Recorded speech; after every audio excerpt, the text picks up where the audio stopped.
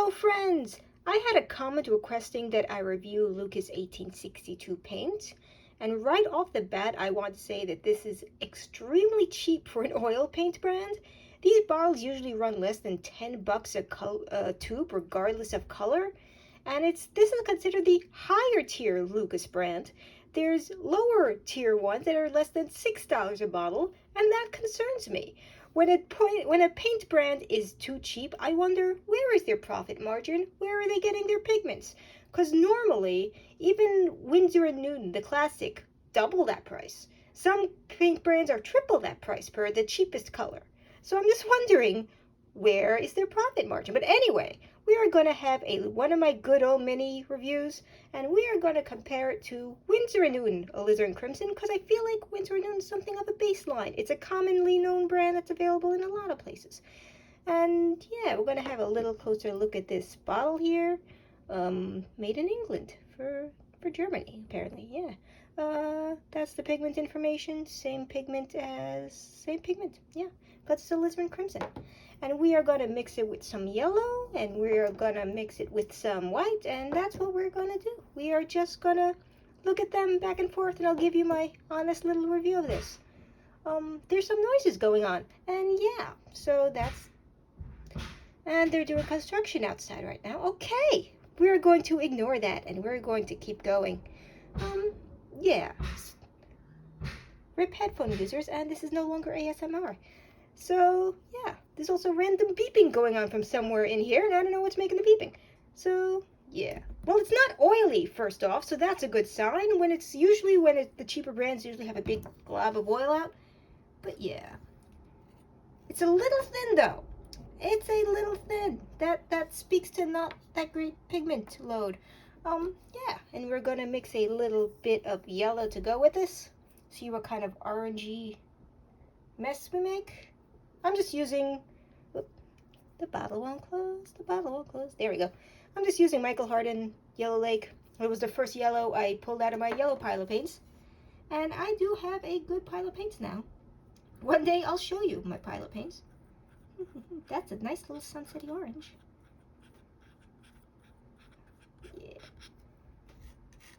Yeah. See how much we can get for, it's a little thin. Now we're gonna wipe that off so we can mix with the white.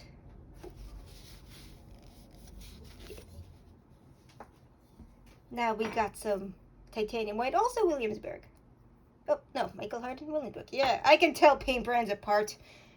I have a few too many paint bottles at this point. But yeah.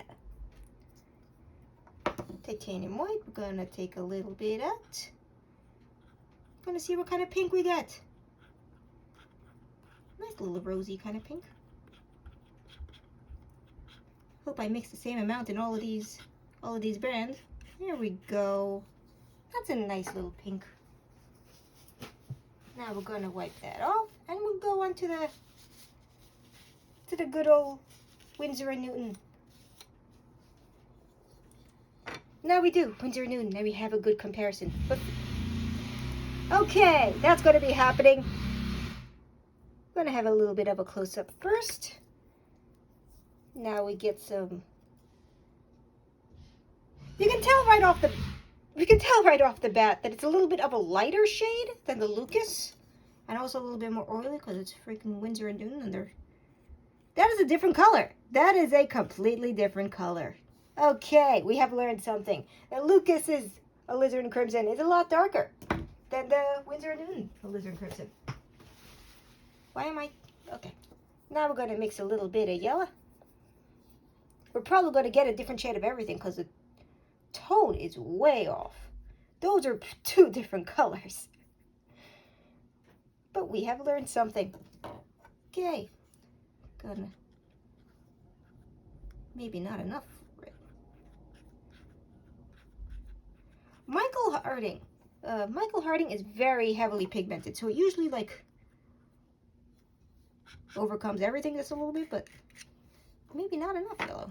I'm gonna mix it, put a little bit more in there, see what happens. Boop. Yeah. See if I can get something close to... No, we're not going to get the same colors at all. No, we are not. Okay, very good. Okay.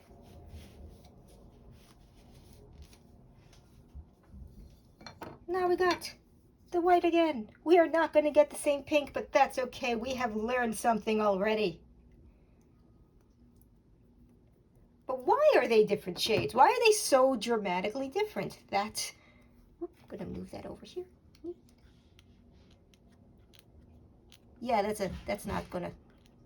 Yeah. The winter noon seems to be overwhelming all the other. Yeah, maybe a little bit more white. See if we can like tone it down a little bit. The winter noon is kind of overtaking everything else, which is a bit of a surprise, as I kind of thought they weren't as heavily pigmented as the other brands. But can we get something close to what? There we go. Yeah, okay. And we're going to have some more construction noises.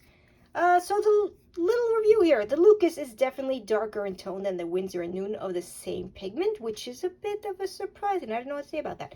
The Lukas does seem to have less of a pigment load than the Windsor and Noon, because the Windsor and Noon is kind of overtaking everything a little bit, but you get completely different colors.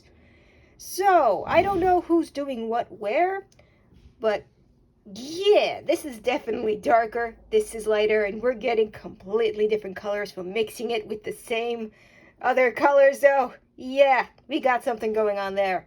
Overall, a C+, because I don't know what colors I'm going to get compared to the more popular brands. Yeah, I think this is one of those brands where you just kind of have to get colors and try them out and see what you get, because we are not getting the standard quote-unquote that we would in other colors and other brands. You know what I'm saying. You can just have it, I guess, as a backup, or if you want a slightly different tone using this, slightly different colors using the same pigments. It's just weird. It's just weird.